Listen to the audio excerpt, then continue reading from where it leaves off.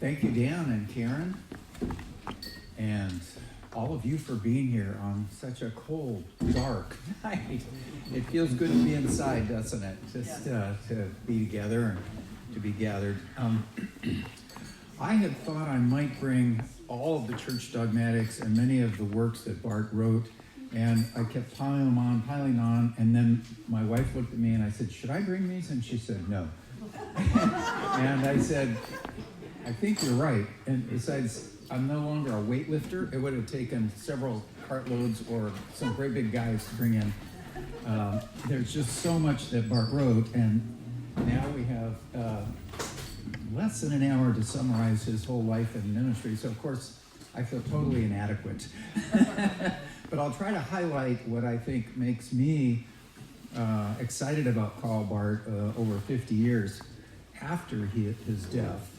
And, really 100 years after he began his career. So let's just jump right into it. Rather than all the volumes and all, I brought one volume, and that's Karl Barth's famous work is the Church Dogmatics, and I kind of like to think I'm an expert on one slim volume, that's volume 3-2, which is his Doctrine of Humanity. If I get lucky, I'll get to talk a little bit about that in particular. But first, let's start with, Father Dan, where'd he go? He's got the copy of the landmark book, which started Karl Barth's career really as a theologian, even though he was a pastor at the time. So let me just say, I think one reason we still need to listen to Barth and learn from what he did and what he said is that he had courage. And I think the prayer that Dan read, we thank you for inspiring Karl Barth to resist tyranny and exalt your saving grace. There's courage that was needed at a very particular time in history. I hope to get to the Barmen Declaration. I'm going to have to go through that real quickly also. So, but he had the courage to look at his world and say, Western church and Western theology is going the wrong direction. Okay? Now, why did he do that, and how did he do that? That's the first thing. He had the courage to push theology in the direction that he thought was more honest and biblical and orthodox, but it wasn't old orthodox. It was called neo-orthodoxy, from the Greek neo, which means new orthodoxy, for which he was always castigated by some and honored by others. So he had the courage to pull theology in a new direction. He had the courage to oppose probably the greatest tyrant of the 20th century in the form of the Barmen Declaration. And he had the courage to continue thinking about the faith until he died. Church dogmatics was never finished. And he said it's kind of like the Strasbourg Cathedral, or, a lot of the great cathedrals are just, they build them and then they stop. And then, 100, 200 years later, they build some more. And he just said, well, so he was actually working on some of the latter volumes and the latter chapters of the Church Dogmatic just a couple days before he died. But let's go back to Sophenville, which is a little town in Switzerland, not too far from the German border. And I've had the privilege of being able to travel there with a friend, with Roger Newell, and we said, hey, Sophenville, wasn't Barth the pastor here? And yeah, well, let's find the church. And we go and we knock on the door, and they open the door. Is this the church? And my German's pretty bad, and his is worse. But we still somehow managed to communicate that we wanted to see the church where Barth was pastor. And the guy who was there, the Segrist, they call him, the guy that kind of maintains everything, he said, yeah, this is the church, So we walked in and we saw, where he preached and where he studied. And it was quite a thrill for us, even though most people could not care less. They'd rather go to ski slopes or something in Switzerland. So it was there at Sophenville as he was a pastor during World War I. Karl Barth had been well prepared in Germany.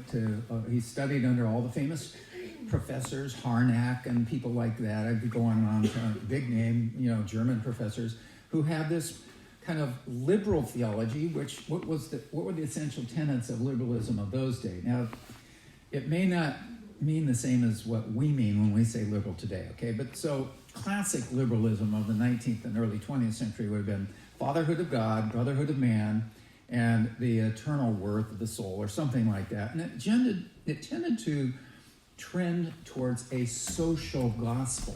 In other words, Jesus came to earth, and he loved God the Father, and he cared about others, so let's advocate for justice and be like Jesus. The divinity of Jesus was kind of up for grabs. Some believed and some didn't, but classic liberalism had a very optimistic view that Western European civilization was getting so good that soon the kingdom would come. It would manifest in Europe, especially Western Europe, where all the good people live, right? And the Western Europeans were quite convinced that this kingdom was coming as we engage in social works and just strip away some of the mythology and just do good as Jesus did good, and it would come. It was very optimistic. The idea of God as transcendent was somewhat distant, maybe in the more conservative churches, but God was very immanent in the human soul, especially in the feeling of absolute dependence that we have, and they weren't sure they could say a whole lot more about God. As Karl Barth was preaching week after week after week in Safanville, the bombs were dropping right across the border, World War I. And he could hear them and feel them. And he began to think, and all his mentors, all the big name theologians, endorsed the Kaiser's war. And he was thinking, whoa, what's this? Being Swiss, he had a little distance from the German war. They were neutral, right? And he began to think about it, and he began to say, 9! Which means not number 9, but no. Something's wrong here. Something's drastically wrong. This is supposed to be the kingdom coming. It doesn't look like heaven to me. Maybe it's the kingdom of hell.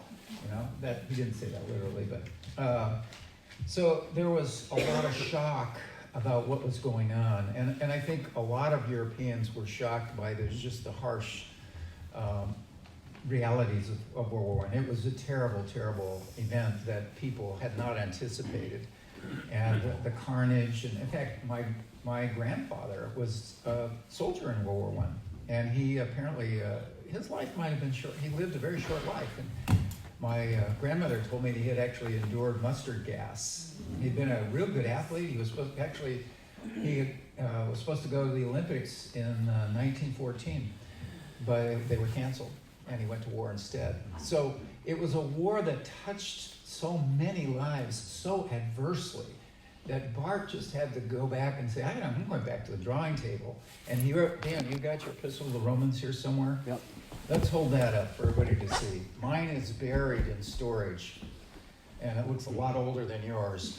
Yes, it is. It's probably older than you are. Epistle to the Romans. Okay. This is a commentary on the book of Romans that Karl Barth felt led to write and say, we're going the wrong direction. This optimism about the kingdom coming and us being the chief implementers is just misguided. What is going on? The bombs are falling, the troops, mortality rates among those people in World War I, it was beyond anything anyone had ever seen or imagined in mustard gas and all the new warfare. And so he wrote this epistle, this commentary on Paul's epistle to Romans. And what does that remind you of? The Reformation and Luther going back to Romans and saying, hey, let's start it all over again. So that's what Karl Barth was doing. So I think the first edition was like 1919 or something, and he kept writing until 1923. There's 6 editions, so Dan's got this is the 6th edition, the best. But again, that shows you something about Barth. He was never satisfied. He was always revising and renewing and always rethinking, and how can I make this better? If somebody pointed something out to him and he thought, whoa, you're right. He'd go back to the drawing board and he would rethink it. So there's 6 editions. Now, what's the essence? And why did it take so much courage for him to pull theology in this direction? Barth decided, that in Jesus, the communication of God begins with a rebuff. A rebuff. Okay? That's the way he puts it. With the exposure of a vast chasm. Barth called it diastasis, distance between God and humanity. Do you see why you need distance when something bad is happening? It's like, wait a minute, this horrendous war's going on. If God is in us and God is in culture and God is, best expressed through culture, then God gets the blame for the war. What's that? God was making a mess. And God is really messing things up. So Barth is saying, no, there's something wrong with what's going on, and maybe God is the judge as well as, just the kind, tooth fairy up there going, we're all getting better and better. Let's just keep singing louder and kingdom will come. So there was this sort of need for a rebuke or a rebuff. And then he talked about this distance. So is Barth, we're going to use two words. Please bear with me, but we sometimes love these words, us theologians. Transcendence and immanence. The God who's immanent is right here, right? In all the physical stuff, the matter, the daily stuff of the world.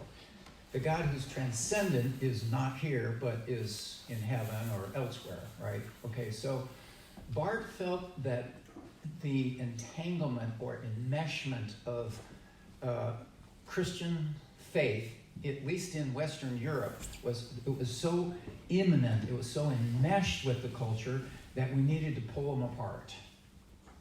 And World War I was a great illustration that was indeed the case. And so the epistle to the Romans says, hey, he went back and reread Paul, and at the meantime, he was reading Søren Kierkegaard. You might have heard of Kierkegaard, the great Danish philosopher. Now, when I was in college, some people really didn't love Kierkegaard too much. They go, oh, the existentialists, they kind of put. But then I read Kierkegaard and went, oh my gosh, this is really profound truth, and it's his existentialism put the focus right on the individual existing, but still being a little bit confused. And so, but Kierkegaard wrote poignantly about the need to distance God from culture, because in Denmark, he thought that the state church had become very innocuous and very bland, and not a whole lot better than the German state church and the Swiss state church, and all this state church stuff began to kind of calcify, and so he wrote very searingly about the need to have an infinite qualitative distance between God and humanity. Why? Because humanity was just not doing very well. Carnage, warfare, such as had never been seen on this planet before that. So Barth says, well, it's time to pry things open and put a distance between this God of the Scripture and God of Romans and our Western culture. And in fact, he said, if God speaks, it's through the Word and Spirit. And if God is just immanent, how do we know that we're not just worshiping an idol? It's idolatrous to worship us, right? The holy and transcendent God is not always pleased with us. We should not be so self-approving. I guess that's so that was the essence of the message of his great commentary on the Epistle to Romans. And yet that distance creates a problem, doesn't it? So if God's wholly transcendent, where do we find God? How do we find God? How do we get to God? I mean, and Barth worked on that problem the rest of his life. that was the project for the next 50 years. Just trying to figure out, okay, if God's distant, then how do we have a cross? How do we have incarnation? What does that mean? And his answer, he begins to hint at the answer to it in the Epistle to Romans, but he doesn't really get there until much later in his writings. If God feels distance and we can't quite reach him on our own, guess what happens? God, the transcendent God, comes to us in Jesus Christ. And that's the good news. That begins to filter through his writings time and again. Very, very briefly, the Epistle to Romans, but more and more as you read his writings, until one of his latest works is The Humanity of God. He says there may be a lack of godliness in humanity, but there's no lack of humanity in God. In other words, he's brought us in. And there's no lack of humanity in God. And so that tension is there. Transcendence.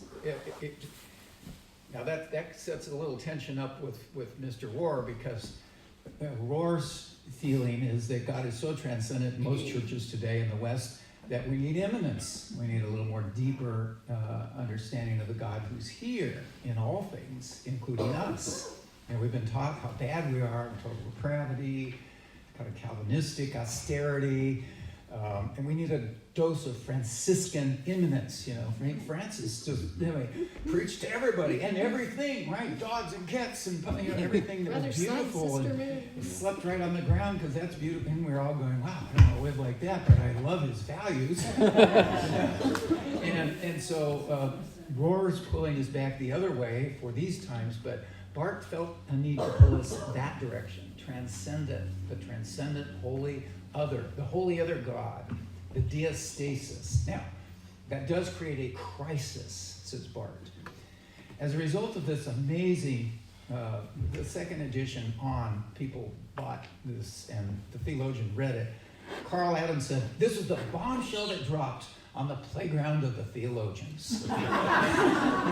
It's kind of an interesting analogy, since it was right after World War I. And since it was the bombs literally dropping that made Barth kind of go, whoa, let's rethink about that. So that's the first place where he has courage. He eventually gets appointed to several different places, teaches, I think, in Bonn and several other places in Germany.